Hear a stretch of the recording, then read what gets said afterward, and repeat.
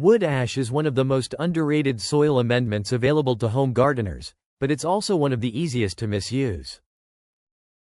A lot of gardeners hear that wood ash is good for plants and start tossing it around the garden like free fertilizer. But wood ash is much more powerful than most people realize. Used correctly, wood ash can improve soil fertility, add valuable nutrients, and help correct overly acidic soil. Used incorrectly, it can raise your soil pH too high and create nutrient problems that are hard to fix.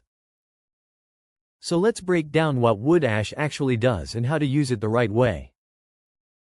First, wood ash has a major effect on soil pH. Wood ash contains a large amount of calcium carbonate, which works similarly to agricultural lime. In simple terms, it neutralizes acidic soil and raises pH levels, making your soil more alkaline.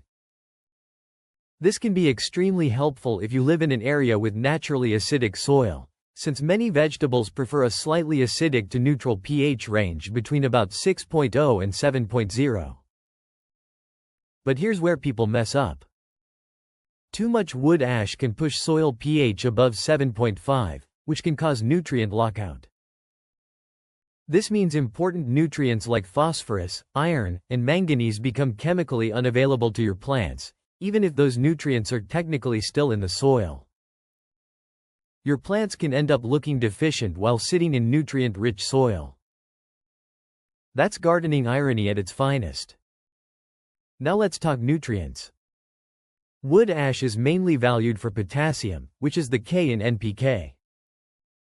Most wood ash contains between 3 and 7% potassium, which helps plants regulate water, improve fruit quality, and strengthen disease resistance. Wood ash is also rich in calcium, often over 20%, which supports strong plant cell walls and healthy growth. It also contains magnesium for chlorophyll production, along with small amounts of trace minerals like iron, manganese, and boron. But wood ash contains zero nitrogen. The nitrogen originally found in wood is lost during combustion, so don't rely on ash as a complete fertilizer. To apply wood ash safely, less is more. A general guideline is no more than 20 pounds per 1,000 square feet per year. In most home gardens, a light dusting is plenty. You should still be able to see the soil underneath. The best time to apply wood ash is late winter or early spring before planting. This gives the ash time to react with soil moisture and stabilize before roots are actively growing. Always mix wood ash into the top few inches of soil. Leaving it piled on the surface can create a crusty, salty layer that blocks water penetration. And there are times when you should avoid wood ash completely. Never use it around acid-loving plants like blueberries, azaleas, rhododendrons, or strawberries. Avoid using wood ash in potato beds, since higher pH levels can encourage potato scab. Keep fresh ash away from seeds and seedlings, since the salts and alkalinity can damage delicate young plants. And never mix wood ash directly with nitrogen-heavy fertilizers like urea or fresh manure, because the chemical reaction can release nitrogen as ammonia gas.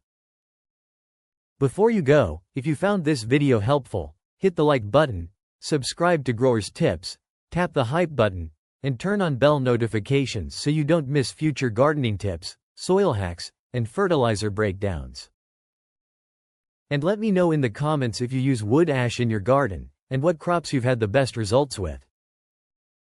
When used properly, wood ash can be a valuable tool for improving soil health and supplying potassium. Just remember, a little goes a long way. In gardening, more is not always better.